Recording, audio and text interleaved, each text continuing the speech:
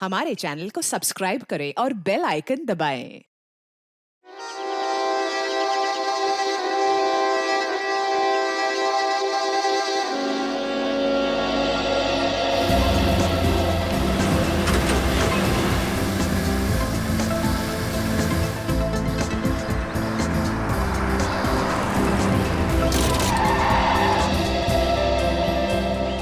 अवनी एक काम करो, गाड़ी को रिवर्स गियर में लगाओ। हाँ, लेकिन मुझे डर लग रहा है। पता नहीं गाड़ी कहीं इधर उधर चली गई तो। कुछ नहीं होगा, जैसा मैं बोलता हूँ वैसा करती जाओ। ओके, एक काम करो, गाड़ी को रिवर्स गियर में लगाओ और धीरे धीरे क्लच दबाओ और धीरे धीरे एक्सीलेटर छोड़ो, बस। अवनी बेटा, हम सिखा देते हैं तुम्हें गाड़ी चलाना। रमेश को तो वैसे भी ठीक से नहीं आता है। अरे काका, आप साइकिल चलाना तो ठीक से जानते नहीं है, गाड़ी क्या चलाएंगे? हाँ काका, आप ही सिखा दीजिए तो अच्छा है। ये तो सारा दिन फोन पे लगे रहते, मेरी तरफ ध्यान भी नहीं देते। अच्छा, एक काम करो, गाड़ी को रिवर्स गियर में लो। हाँ, हेलो,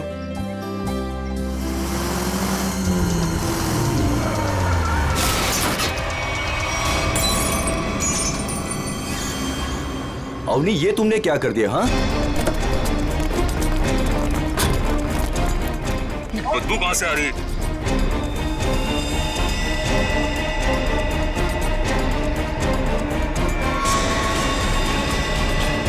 इसके अंदर लाश कहाँ से आ गई? इसमें से बदबू भी कितनी आ रही है?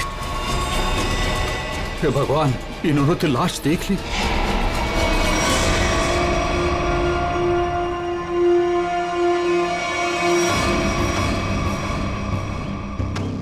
इस मूर्ति का बेस तो एकदम अच्छे से बनाया गया है। कोई लापरवाही की गई ऐसा लगता तो नहीं है।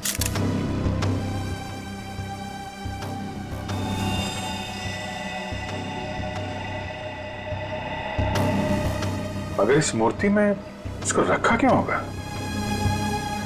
और वो भी ऐसे चहल पहल वाली कॉलोनी के बीच में रखी गई मूर्ति।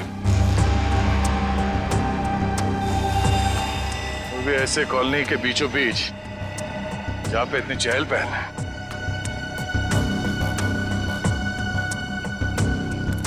सर कॉलोनी के लोग काफी घबराए हुए हैं। किसी को नहीं पता है लाश किसके।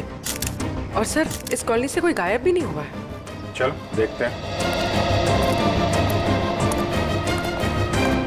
आप लोग प्लीज इन बच्चों को अंदर घर भेज दीजिएगा। ये सब देखना सुनना इनके लिए अच्छा नहीं, प्लीज। बच्चों, घर जाके खेलो, जाओ। माँ, आजोबा की मूर्ति में क्या था और उससे इतनी बदबू क्यों आ रही थी? घर आके बताती हूँ। बच्चों, मम्मी की बात सुनना चाहिए। हाँ? जाओ घर के अंदर जाओ। आपके बच्चे ने कहा कि ये मूर्ति उनके दादाजी की? जी, मेरे पिताजी की मूर्ति थी। सुमित प्रकाश नाम था उनका। उनकी मूर्ति क्यों बनवाई थी? मेरे पति एक इंजीनियर और साइंटिस्ट थे। सूखे इलाकों के लिए उन्होंने एक नई सिंचाई पद्धति का आविष्कार किया था। इसी से खुश होकर गवर्नमेंट ने उन्हें ये जमीन दान में दी थी। और सुमित जी इतने महान थे कि उन्होंने वो जमीन कॉलोनी को दान कर दी थी और हमने उसी जमीन पर ये बच्चों के लिए ये पार्क बनवा दिया। इसीलिए हमने उनके सम्मान में इस पार्क में उनकी मूर्ति लगवाई। देखिए, ऐसा लगता है कि किसी ने हाल में इस लाश को मूर्ति में छिपाया है। हाँ, कुछ महीनों पहले। आप लोग बता सकते हैं कि मूर्ति यहाँ कब लगाई गई थी? क्योंकि शायद लाश को उसी वक्त अंदर रखा गया था। ये क्या कह रहे हैं सर? ऐसा हो ही नहीं सकता। सुमित जी जिस साल गुजर गए उसी साल ये मूर्ति वहाँ लगवाई गई थी। कम से कम 39 साल हो गए। 39 साल पहले? तो ये हो सकता है कि जब हाल फिलहाल में मूर्ति बदली गई हो या फिर इसकी मरम्मत की गई हो, तब ये लाश इसमें डाल दी गई हो। जी नहीं, जब से ये मूर्ति लगवाई गई है तब से ना इसकी मरम्मत हुई है और ना इसे बदला गया। ऐसे कैसे हो सकता है? कुछ महीनों पहले मरे हुए आदमी की लाश इतनी पुरानी मूर्ति के अंदर कैसे हो सकता है? शायद ऐसा हुआ हो कि रात के अंधेरे में ये काम हुआ हो और आप लोगों को पता नहीं चला। पूर्वी, जरा वॉचमैन से पता करते। सर, इस कॉलोनी में करीब 200 फैमिलीज रहती है। अगर किसी ने रात को पुतला बदला होता, किसी ने तो देखा होता, लेकिन यहाँ तो किसी ने कुछ देखा ही नहीं। सर, यहाँ पर 2 वॉचमैन हैं। एक दिन में ड्यूटी करता है और एक रात में, और दोनों का ही कहना है कि किसी ने भी मरम्मत का काम होते हुए नहीं देखा। कमाल है, अगर कोई काम हुआ नहीं है तो फिर ये लाश मूर्ति के अंदर आई कैसे? सचिन 39 साल पहले ये ब्रॉन्ज की मूर्ति खड़ी की गई हो। तब से लेकर आज तक ना किसी ने उसकी मरम्मत की, ना उस मूर्ति को बदल दिया। हाँ सर, 1976 की बात है सर। हाँ, और आज उस ब्रॉन्ज के पुतले के अंदर मिलती है एक लाश, और कॉलोनी के 40 लोग कहते हैं कि उन्होंने कुछ देखा तक नहीं। कैसे हो सकता है मूर्ति के अंदर लाश? दो ही तरीके आते हैं मेरे दिमाग में, एक या तो पुरानी मूर्ति के अंदर लाश रखी, या फिर नई मूर्ति बनाकर उसके अंदर लाश डालकर उस नई मूर्ति को पुरानी मूर्ति की जगह रखी गई और पुरानी मूर्ति गायब कर दी गई होगी। सर लेकिन ब्रॉन्ज की नई मूर्ति बनाने के लिए तो कई दौर से गुजरना पड़ा होगा। पहले तो उसने प्लास्टर ऑफ पेरिस का ढांचा तैयार किया होगा, फिर उस ढांचे से उसने नया सांचा तैयार किया होगा, और फिर कम से कम 1200 डिग्री सेल्सियस पे उसने उस ब्रॉन्ज को पिघला कर उसमें डाला होगा, और फिर उसके टुकड़े किए होंगे। टुकड़ों को फिर वेल्डिंग करके जोड़ा गया होगा, फिर मूर्ति तैयार होगी तो उसे खड़ा कर दिया गया होगा। ये कुछ चुटकी भर में थोड़ी होता है, बहुत टाइम लगा होगा, बहुत टाइम लगा होगा। और सर लाश को मूर्ति में रखा गया होगा, मूर्ति को कॉलोनी में लाया गया होगा, और फिर पुरानी मूर्ति की जगह रखा गया होगा। पूर्वी, इतनी बड़ी मूर्ति कोई गोदी में उठाकर तो नहीं ला सकता। उसे लाने के लिए ट्रक या फिर कोई बड़ी गाड़ी लाई होगी। उसके साथ साथ उसे खड़े करने के लिए क्रेन लाया गया होगा। इतना सब अगर हुआ है, फिर भी कॉलोनी के लोग कहते हैं कि उन्हें कुछ मालूम नहीं, ऐसा कुछ हुआ ही नहीं। सर फिर तो पहला वाला तरीका इस्तेमाल किया गया होगा सर। बॉडी को कॉलोनी में लाया गया होगा और फिर मूर्ति में रख दिया गया होगा। पंकज, मूर्ति को लेटाया गया होगा, उसके बाद उसके अंदर लाश को रखा गया होगा, और फिर उसे खड़ा भी किया होगा। कैसे हो सकता है, कैसे हो सकता है ये? सर इतना अजीब तरीका लाश को ठिकाने लगाने का, खूनी को ये सब करने की जरूरत क्या थी? वही तो, इतनी तकलीफ क्यों? लाश को ब्रॉन्ज की मूर्ति के अंदर ही क्यों? कोई ना कोई वजह तो जरूर होगी, पर है कौन ये? है कौन ये? लाश है किसकी? कैसे मरा ये? मरा या मारा गया? इस आदमी की उम्र 45 साल है और इसकी मौत इसके सर पे लगी चोट की वजह। अरे sir sir sir sir, Hindi में बोलेंगे तो मुझे भी समझ में आएगा। क्या बोल रहे हैं? इस आदमी की उम्र 45 साल है और इसकी मौत इसके सर पर लगी चोट की वजह से हुई है। ये हुई ना? Thank you. और कुछ और बता सकते हैं? कोई जादू है, चुटकी बजाऊंगा हो जाएगा? अरे कोई जादू है जो चुटकी बजाऊंगा सब कुछ हो जाएगा? मन तो करता है चुटकी बजा दूं और ये आदमी गायब हो जाए। क्या बोले तुम? मतलब मैं कह रहा था साड़ुंके साहब, आप चुटकी बजा दे तो केस सॉल्व हो जाएगा। कितना किया है, ये तो कुछ भी नहीं है। हाँ, लेकिन अभी मेरा चुटकी बजाने का मूड नहीं। ठीक है, तो मैं उधर बजा लेता हूँ चुटकी। किधर चले जाते हो? हाँ देखिए आप, तारिका जी।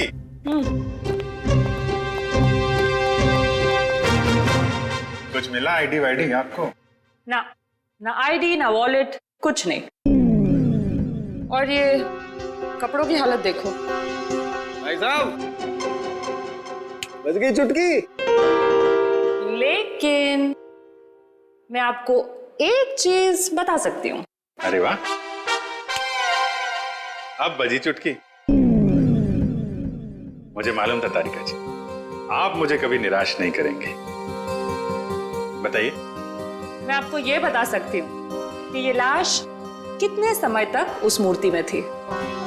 अच्छा, कितने समय से? ये लाश ब्रॉन्ज की मूर्ति में बंद थी, वातावरण के प्रभाव में आए बिना। कुछ टेस्ट के बाद ये पता चला है कि 2 महीने से ये लाश उस मूर्ति में बंद थी। ओह, मतलब इस आदमी का खून 2 महीने पहले हुआ है? लगता तो ऐसा ही है। लेकिन सर, किसी ने इस लाश को देखा किसी ने उस मूर्ति में रखते हुए? कॉलोनी वाले बता रहे थे कि मूर्ति 39 साल पुरानी है। डॉक्टर साहब, आप ये बता सकते हैं ये मूर्ति नई है या पुरानी है? ये मूर्ति 39 साल पुरानी नहीं है, नई है। ओह, मतलब इस मूर्ति को वहां पे ट्रक में लाया गया होगा। किसी ने ट्रक को देखा कैसे नहीं? मुझे नहीं पता। सालू के साहब, किसी ने उस क्रेन को कैसे नहीं देखा जिसके जरिए उस मूर्ति को अपनी जगह पे रखा गया? मुझे नहीं पता। तालुके साहब, उस मूर्ति में वेल्डिंग कब और कैसे की गई? मुझे नहीं पता, मुझे नहीं पता, मुझे नहीं पता। ठीक है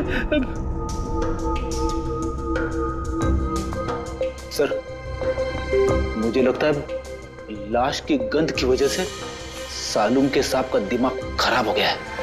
क्या बोल रहा है? क्या बोल रहा है? क्या बोल रहा है? क्या बोल रहा है? देखो, मुझे परेशान मत करो, मुझे इस लाश का चेहरा भी बनाना है। Don't disturb me. सर आपसे कोई सवाल नहीं करेंगे, आप चेहरा बनाइए। चलो एक बात तो ये पता चल गई कि मूर्ति नहीं है और किसी ने उसमें लाश रखी है। और कैसे सर? कैसे और कब का पता बाद में लगाएंगे। पहले ये पता लगाना है कि ये नई मूर्ति बनाई किसने।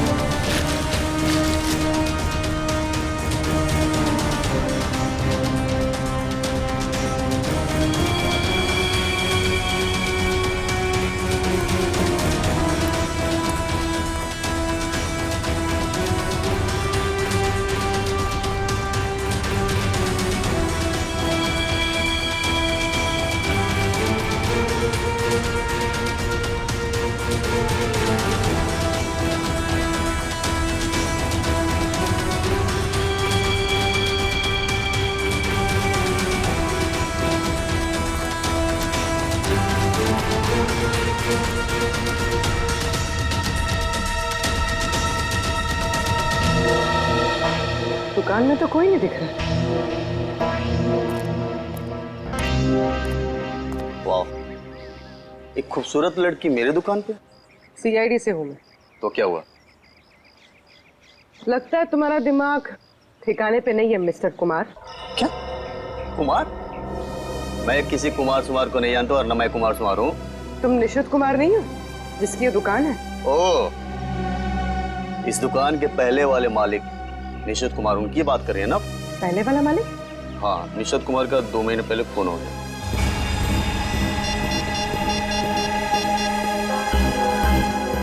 Hello, Abhijit sir.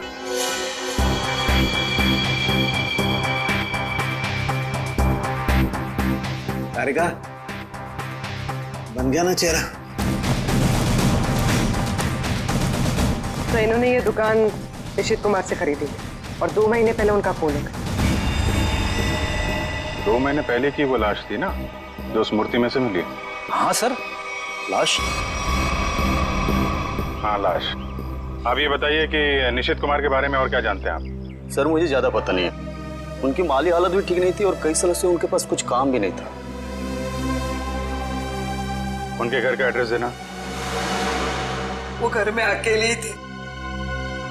जब मैं बाहर से आई तो देखा चोरों ने उनका गला काट दिया था। शायद मैं यहाँ होती तो उनको बचा सकती थी सर। हम आपकी तकलीफ समझ सकते हैं अर्चना जी, पर क्या आप बता सकती हैं कि क्या क्या चोरी हुआ था? कुछ नहीं, चुराने के लिए है ही क्या घर में? कुछ नहीं था और अब भी नहीं है। आपके पति जो मूर्तियां बनाते थे वो किनके लिए बनाते थे?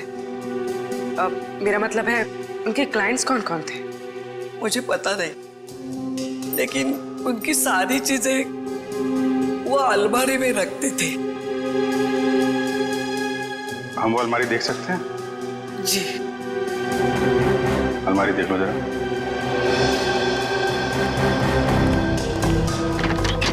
अर्चना जी, ऐसा भी हो सकता है कि ये चोरी का मामला ना हो।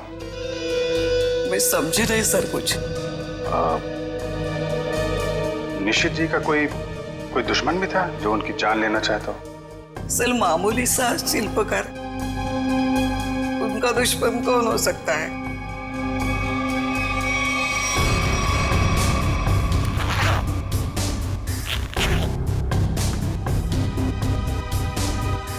सर, हाँ बेट, इस फाइल में मूर्तियों की बहुत सारी न्यूज़पेपर कटिंग है सर। वो जो सारी मूर्ति बनाते थे ना, उसका सारा रिकॉर्ड इसी फाइल में रखते थे। और सर ये देखिए, तो ये मामला है। सुमित जी की मूर्ति भी इन्होंने बनाई थी 1976 में। अर्चना जी, मूर्ति बनाने वाले अक्सर अपनी बनाई हुई मूर्तियों का एक ढांचा अपने पास रखते हैं कि अगर मूर्ति टूट फूट जाए तो दोबारा बना सके। निशित जी भी ऐसा करते थे क्या?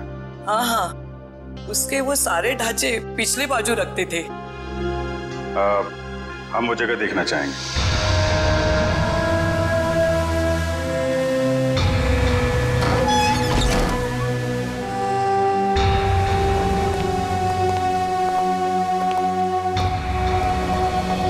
सर, आप सब देख रहे हैं ना, ये उनकी पूरी जिंदगी की कारीगरी है।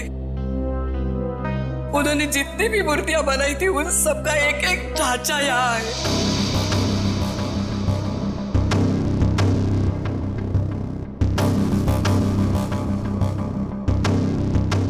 वो वाला नहीं दिख रहा है? कौन सा वाला? वो सुमित जी की जो मूर्ति का ढांचा, वो उस तरफ होना चाहिए।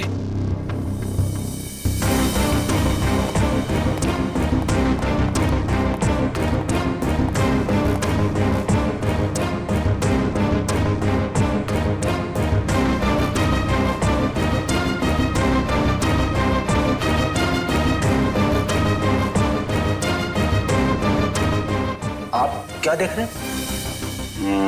ये मिट्टी देख रहे हो? यहाँ पे कोई ढांचा था जो अब नहीं है। अर्चना जी, हाँ, वो सुमित कुमार जी की मूर्ति का ढांचा यहीं पे था? हाँ, यही था। ले गए? सर, आपका मतलब उन चोरों से थे नहीं? सुमित कुमार जी की मूर्ति का ढांचा चोर चुरा के ले गए। ऋषि जी का खून इस ढांचे की वजह से हुआ है। लेकिन सर, सुमित जी की मूर्ति का ढांचा चुरा के चोर क्या करेंगे? उस ढांचे की मदद से सुमित जी की नई मूर्ति बनाई गई और उस लाश को उसमें डाल दिया गया। लेकिन सर, हमें कैसे पता चलेगा वो लाश किसकी है? साड़ू के साहब लगे हैं ना लाश का चेहरा बनाने में। एक बार चेहरा बन जाए, सारी कहानी सामने आ जाएगी। हाँ डॉक्टर साहब, बन गया चेहरा?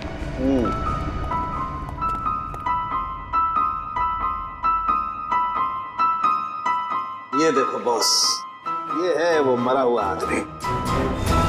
क्या? ये कैसे हो सकता है? डॉक्टर साहब, ये क्या मजाक है?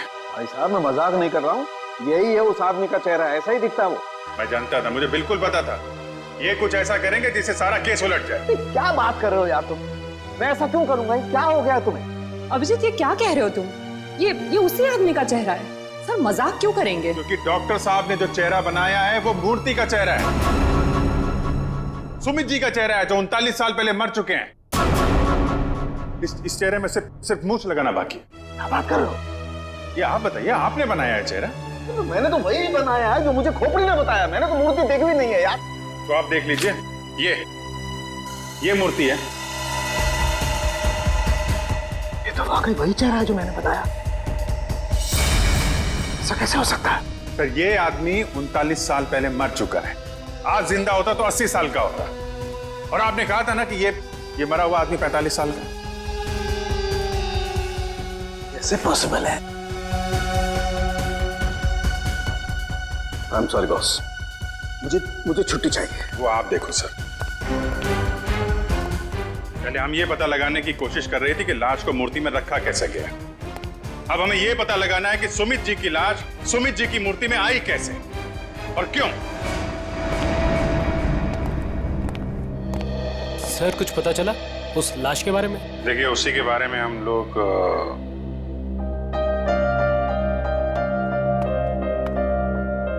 बच्चों, हमें आपकी नानी और मम्मी से कुछ जरूरी बात करनी, और बातें ऐसी हैं जो आप लोगों को नहीं सुननी चाहिए।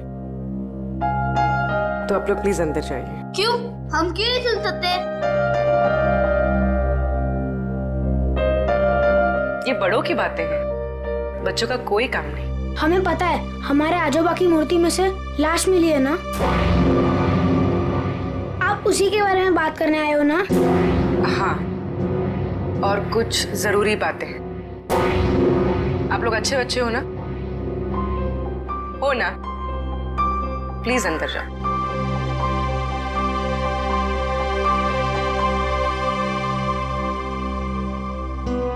सर बताइए ना, क्या पता चला आप लोगों को? एक्चुअली इस केस की जांच को लेके हम थोड़ी उलझन में हैं और हमें लगता है कि आप सुलझा सकती हैं इस उलझन को। कैसी उलझन? और मैं कैसे सुलझा सकती हूँ? दरअसल ये सब हमारे परिवार वाले जैसे ही हैं। जब से शादी करके आई हूँ, इसी कॉलोनी में रह रही हूँ। ये लोग सब कुछ जानते हैं। आपको जो कुछ भी कहना है इनके सामने कह सकते हैं। ठीक है। आपके पति सुमित जी को गुजरे हुए करीब 39 साल हो गए, है ना? लेकिन सुमित जी की मूर्ति में से हमें जो लाश मिली है वो सुमित जी की है।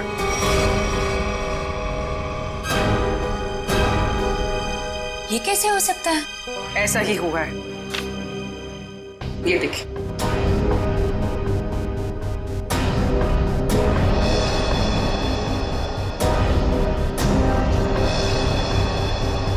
इतने यकीन के साथ आप ये कैसे कह सकते हैं?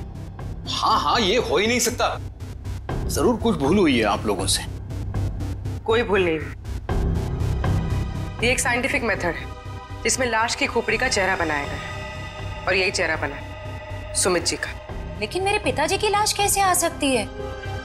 ये मुमकिन नहीं है। वही तो, लाश की उम्र करीब 45 साल की है।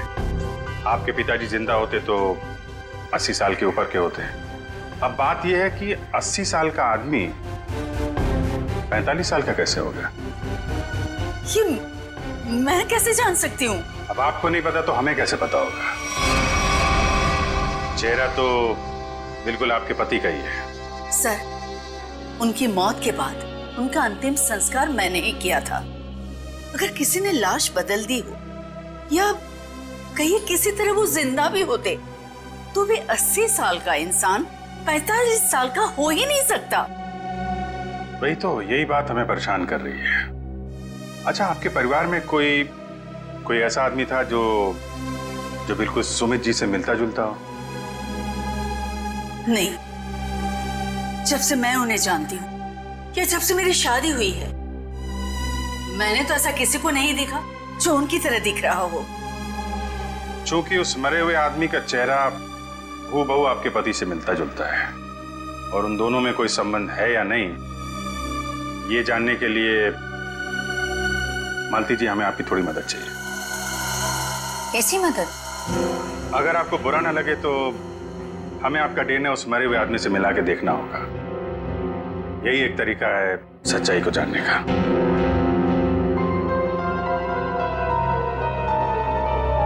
ठीक है, मैं तैयार हूँ, क्योंकि हम भी इस सवाल का जवाब चाहते हैं।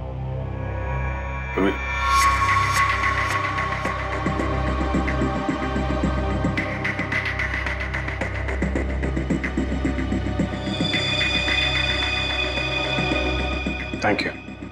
हम फिर मिलेंगे और तब जवाब के साथ मिलेंगे। तारिका जी, डीएनए रिपोर्ट आ गई? पार्शियल मैच है। क्या पार्शियल मैच है? देखा, इसका मतलब सालू के गलत नहीं था बॉस। ये आदमी सुमित के परिवार का ही। बाप का डीएनए बेटी में भी है और इस मरे हुए आदमी में भी। निश्चित रूप से ये आदमी सुमित के परिवार का ही कोई है। अगर ये सुमित का रिश्तेदार है तो किसी ने इसे पहचाना कैसे नहीं? कोई तो होगा जो इसे पहचानता। ये बड़ी चौंकाने वाली बात है। आपने जो इसका चेहरा बनाया था उसकी फोटो हमने अखबार में भी भेजी, लेकिन ऐसा कोई भी आदमी सामने नहीं आया जो इसे पहचानता हो। अगर ये इसी शहर में था तो किसी ने तो इसे देखा होगा। कोई तो होगा इसके पहचान वाला। तारिका जी, आप तो जीनियस हैं। ऐसे क्या कह दिया मैंने? केस सॉल्व कर दिया। हो सकता है ये आदमी इस देश का हो ही ना। हो सकता है कि मरने से कुछ समय पहले इस देश में आया। ओह, इसीलिए किसी ने इसे पहचाना नहीं। हाँ, पिछले 2-3 महीने की इमिग्रेशन रिपोर्ट्स चेक करनी होंगी हमें। पंकज, आज के अखबार में मैंने अपना राशिफल देखा। जानते हो क्या लिखा था उसमें? क्या था सर? बहुत जल्द नौकरी में बदलाव होगा। इसका मतलब जानते हो? हाँ सर, ये तो बहुत दुख की बात है। आपका डिमोशन होने वाला है। आपकी पोस्ट तो मेरे से भी नीचे होने वाली है। क्या बोलता है? अरे इसका मतलब है मेरा बहुत जल्द प्रमोशन होने वाला है। हाँ, पिछले 1 हफ्ते से मुझे ऐसा ही लग रहा है। लेकिन मुझे ऐसा नहीं लग रहा है। क्यों? सर अभिजीत सर ने बिल्कुल सही पता लगाया सर। इमिग्रेशन रिकॉर्ड से उस मरे हुए आदमी का चेहरा मैच कर रहा है सर। गुड, मिला है सर।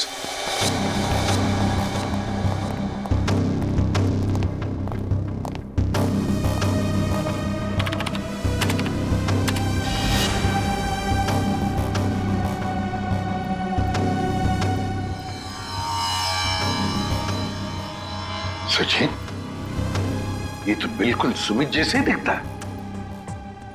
इसका नाम ब्रेंडन है, उम्र 45 साल और 2 महीने पहले यूके से आया था सर।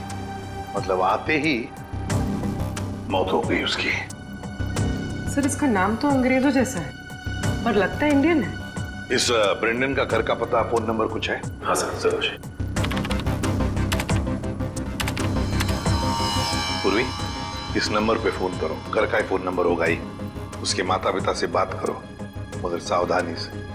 शायद उन बेचारों को पता भी नहीं होगा ब्रेंडन के साथ क्या हुआ है। और देखो बातचीत में कुछ पता चलता है क्या इस ब्रेंडन के बारे में। सर। हाँ सर, मैं सीआईडी छोड़ रहा हूं। अब और बर्दाश्त नहीं होता। मैं पागल हो जाऊंगा। क्यों? ऐसा क्या हो गया? इस केस में बहुत कंफ्यूजन है और सबसे बड़ी बात तो यह है कि वो आदमी अंग्रेज निकला। मेरा दिमाग फट जाएगा सर। मैं भी छुट्टी पे जा रहा हूं सालू के साथ के साथ। अभी जाओ, अभी जाओ इसी वक्त। बोरिया भी सरा बांधो, निकल जाओ सीआईडी से। जाओ और कुछ समय बिताओ अपनी बीवी के साथ, शायद कुछ अकल आ जाएगी। जाओ। सर, आपका राशिफल तो सही निकला। नौकरी में बदलाव मतलब आपका रेजिग्नेशन, इस्तीफा।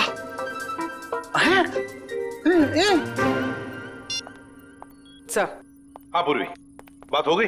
हाँ सर, एक और चौंकाने वाली बात पता चली। क्या? सर, ये ब्रेंडन सुमित का बेटा था। ब्रेंडन सुमित का बेटा है? वो कैसे? उसकी पहली शादी से। सुमित ने बियाट्रिस नाम की एक अंग्रेज औरत से 1970 में शादी की थी। बेटे को जन्म देते हुए वो औरत मर गई। बीवी की मौत के बाद उसका दिल टूट गया और वो अपने इस बेटे को लेकर इंडिया वापस आना चाहता था, लेकिन उसकी बीवी के घर वालों ने बच्चे को आने नहीं दी। इसलिए बच्चे को नाना नानी के पास छोड़कर वो इंडिया आ गया। और इंडिया में आने के बाद उसने अर्चना से शादी की और अपनी पिछली जिंदगी मिटा दी। किसी को कुछ भी नहीं बताया। और इसीलिए सुमित के इस बेटे ब्रेंडन के बारे में यहाँ पे किसी को भी कुछ पता नहीं था। Yes sir. हाँ, लेकिन ये ब्रेंडन इंडिया आया क्यों? क्यों आया ये? सर, अपने नाना नानी की मौत के बाद उसे अपने पिता के बारे में पता चला, तो अपने पिता के परिवार वालों के बारे में जानने के लिए वो इंडिया आया था। कोई आदमी अपने परिवार के बारे में जानने के लिए इंडिया आता है और यहाँ पर उसका खून हो जाता है। नहीं नहीं नहीं नहीं, ये कोई और ही चक्कर है। सर, अब इस ब्रेंडन के खूनी तक हम कैसे पहुंचेंगे? शुरू से शुरू करके। सॉरी सर, आपका मतलब क्या था? एयरपोर्ट से पंकज, एयरपोर्ट से। जैसे ब्रेंडन एयरपोर्ट पर उतरा, पता लगाएंगे वो कहां गया, कैसे गया, किससे मिला।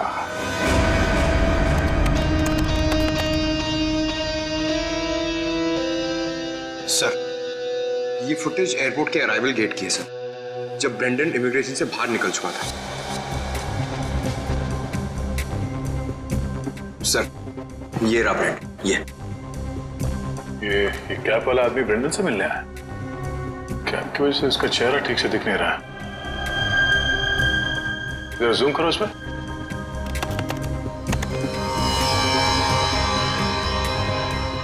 ऐसा लगता है कि जानबूझकर ये आदमी अपना चेहरा छुपा रहा है। ये चाहता नहीं है कि उसका चेहरा कैमरे पे कैप्चर हो। आगे बढ़ो। सर ये दोनों तो पार्किंग की तरफ गए। इसका मतलब इस कैप वाले आदमी की गाड़ी पार्किंग में है। एक काम करो, इन दोनों के बाहर निकलने से आधे घंटे तक जितनी भी गाड़ियां एयरपोर्ट के पार्किंग लॉट से बाहर निकली है उन सब के डिटेल्स निकालो। पता चल जाएगा इस कैप वाले की कौन सी गाड़ी है। सर वो आदमी ब्रेंडन को जब एयरपोर्ट की पार्किंग में लेके गया उसके आधे घंटे बाद तक ये सारी गाड़ियां बाहर जाती रही सर। बस वे ठीक है, एक एक को फोन करो और पता लगाओ किस पैसेंजर को इन्होंने एयरपोर्ट से पिकअप किया और कहां जाके छोड़ा। हेलो जी, मैं सीआईडी से इंस्पेक्टर सचिन बोल रहा हूँ। अच्छा ये बताइए कि 15 फरवरी को आपकी कार इंटरनेशनल एयरपोर्ट पे गई थी किसी को छोड़ने के लिए? आप क्या करने गए थे? किसी को छोड़ने गए थे? मिसेस आंचल कुमार। ओके पूर्वी। Okay okay. क्या? किसको छोड़ने गए थे? Peter Frank. अच्छा ये कौन सी फ्लाइट से आए? ओके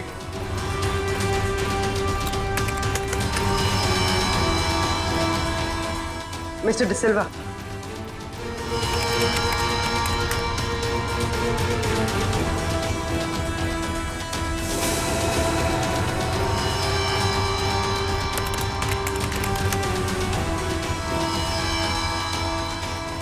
ओके पूर्वी, अब बचा है सिर्फ एक नंबर, ये VH 543259। और सर ये नंबर किसी मिस्टर अनिल के नाम पे जो कि लोनावाला के बंगलों पे रजिस्टर्ड है सर। लेकिन ये आदमी फोन नहीं उठा रहा है सर।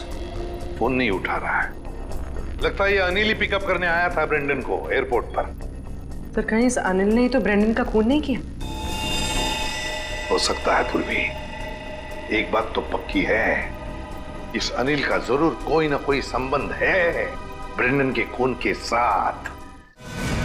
सरकार के रजिस्ट्रेशन के हिसाब से अनिल जी का घर यही है। काफी पैसे वाला लगता है ये अनिल जी। इतना बड़ा बंगला, वो कार। लेकिन इस अनिल जी को ब्रेंडन से क्या काम पड़ गया? सर मुझे तो लगता है कि इस ब्रेंडन को इंडिया में कोई जानता ही नहीं होगा। तो ब्रेंडन को इंडिया में कोई जानता नहीं था तो ये अनिल एयरपोर्ट क्यों गया था उन्हें लेने? उसके बाद ये ब्रेंडन गायब कहाँ हो गया? कोई दरवाजा खोल क्यों नहीं रहा? जी कौन है आप लोग और क्या चाहिए? आपके मालिक अनिल जी से मिलना है। कहाँ है वो? वो नहीं है। आप क्यों पूछ रहे हैं साहब? देखिए बेमतलब परेशान मत करिए, नहीं तो अभी पुलिस को फोन कर देंगे। हम लोग सीआईडी से हैं। सीआईडी? सीआईडी कहाँ से?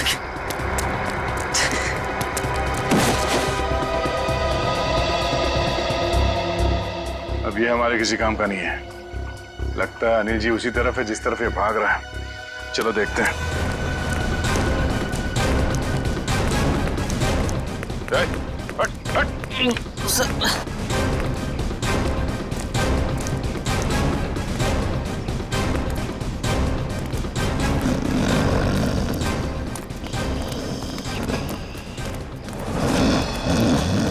लगता है यही अनिल जी है।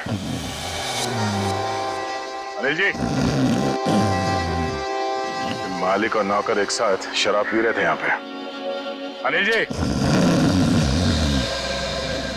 अनिल जी, जी। हम ये जानने आए कि कुछ महीने पहले आप ब्रेंडन को एयरपोर्ट से लेकर कहाँ गए थे? एयरपोर्ट? ब्रेंडन? मैं कुछ नहीं समझ पा रहा यार, क्या बोल रहे हो तुम? हम ये कह रहे हैं कि ब्रेंडन को लेके आप एयरपोर्ट से आए थे और ये हमने सीसीटीवी फुटेज में देखा है।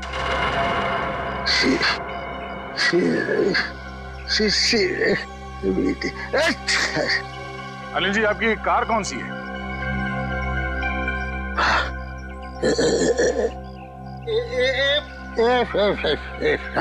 सच्चाई तो ये है कि ना तो ये बंगला आपका है और ना ही वो कार।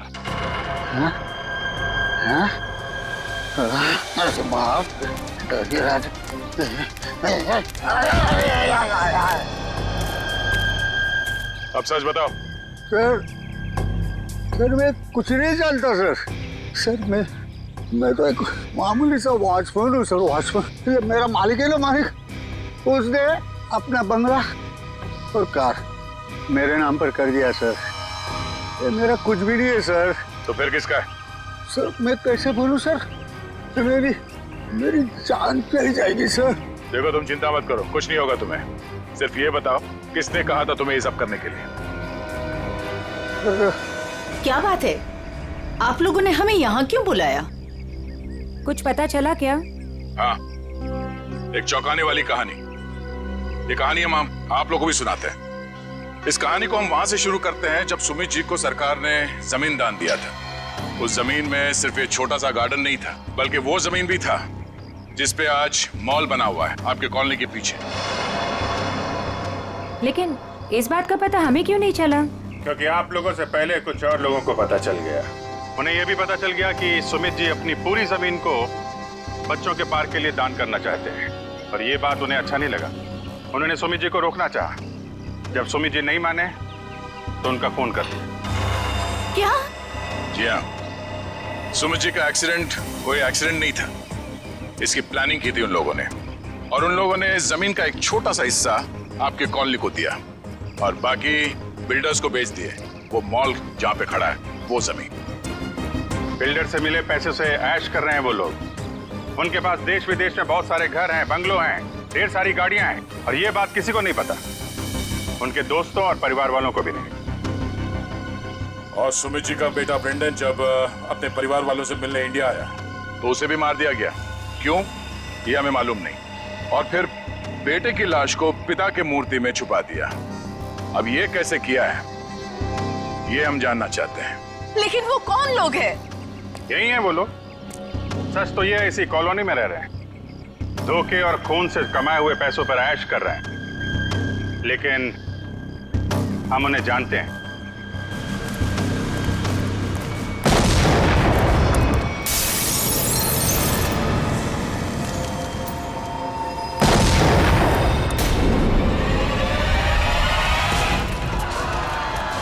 अजय अजय लोग पीछे आइए जल्दी।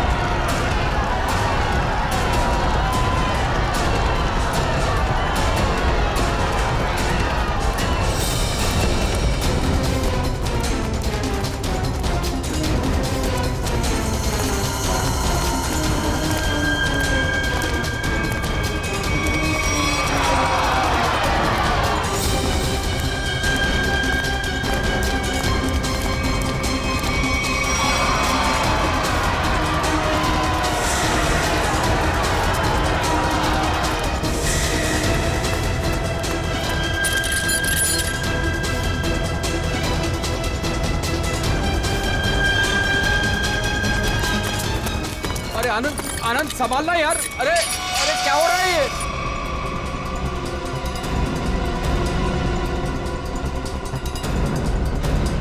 कहाँ भाग रहे हो? अरे सर उतारिए हम लोगों को। सर मर जाएंगे हम। सर नीचे उतारिए प्लीज। सर हमने तो तुम दोनों का नाम भी नहीं लिया था। हाँ, मगर तुम लोगों के लोनावले वाले बंगले पे गए थे हम लोग। नीचे उतारिए ना। अरे तुम लोग तो वैसे ही गिरे हुए आदमी हो। सुमित जी और ब्रेंडन का खून किया तुम लोगों ने। नहीं सर, वैसे हमें पता चल गया, तुम लोगों को मालूम पड़ गया था कि तुम्हारे करतूत के बारे में हमें पता चल गया। सर नीचे उतारिए प्लीज। इसलिए कॉलोनी वालों की जान को नुकसान पहुंचा है। हाँ? और अब उसका भगदड़ का सहारा लेके भाग रहे तुम लोग। सर उतारिए हमें। सर नीचे उतारिए प्लीज। नीचे उतारिए ना। मर जाएंगे सर। सर नीचे उतारिए ना। से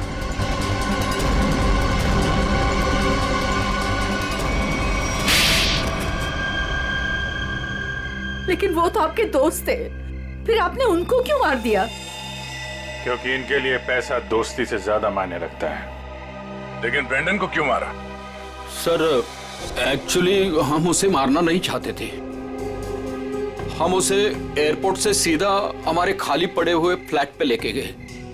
हमने सोचा था हम उसके बाप के मरने की झूठी कहानियां सुनाकर उसको यूके वापस भेज देंगे। और उसने हमारी वो बातें सुन ली थी जिसमें हमने सुमित को मारने का जिक्र किया था, इसके लिए उसको मारा सर। लेकिन उसकी लाश मूर्ति में क्यों छुपाई? हम नहीं चाहते थे कि उसकी लाश किसी भी हालत में सीआईडी को मिले। अगर हम उसे जलाते, दफनाते या किसी तालाब झील में उसकी लाश छोड़ देते तो एक न एक दिन तो लाश मिल ही जाती ना, फिर तो हम पकड़े जाते। इसलिए हमने उसकी लाश सुमित की मूर्ति के अंदर डाल दी थी ताकि कोई ढूंढ ना सके। तो इसीलिए तुम लोगों ने निशित को मार दिया और उसके गोडाउन से सुमित जी के पुतले का ढांचा को चुरा लिया और नई मूर्ति बनाई। हाँ? लेकिन तुम लोगों ने मूर्ति जब बदली तो कॉलोनी वालों को कैसे नहीं पता चला? वो सर, हमने एक दिन पूरे कॉलोनी वालों को रात के खाने की दावत दी थी और हमने उनके खाने में नींद की गोलियां डालती थी। अच्छा, जब सारी कॉलोनी सो गई तो पुरानी मूर्ति की जगह नई मूर्ति रख दी। अगर अवनी अपने कार से उस मूर्ति को ठोकर नहीं मारती तो इनके काले कारनामों से पर्दा नहीं हटता। लेकिन सच्चाई में एक ताकत होती है जो कभी छुपती नहीं, और जुर्म में भी वही कमजोरी होती है, वो भी कभी छुपती नहीं। इन्हें हमारे हवाले कर दीजिए, इन्हें सजा अब हम देंगे। हाँ सर, इन्होंने हमें धोखा दिया है, ये हमारे गुनहगार है। नहीं सर, हमें अरेस्ट कर दो, ये लोग मार डालेंगे। हमें अरेस्ट कर लीजिए सर। तुम्हें सजा देने का हक अगर हमारे हाथ में होता तो हम तुम्हें इनके हवाले कर देते। हमारे हाथ बंधे हुए हैं, वरना निखिल, पंकज ले जाओ इन्हें।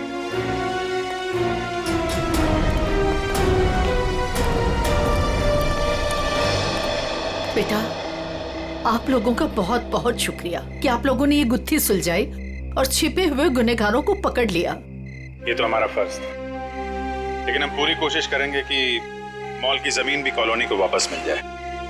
आपके पति का जो सपना था वो पूरा होके ही रहेगा। खुश रहो बेटा, खुश रहो।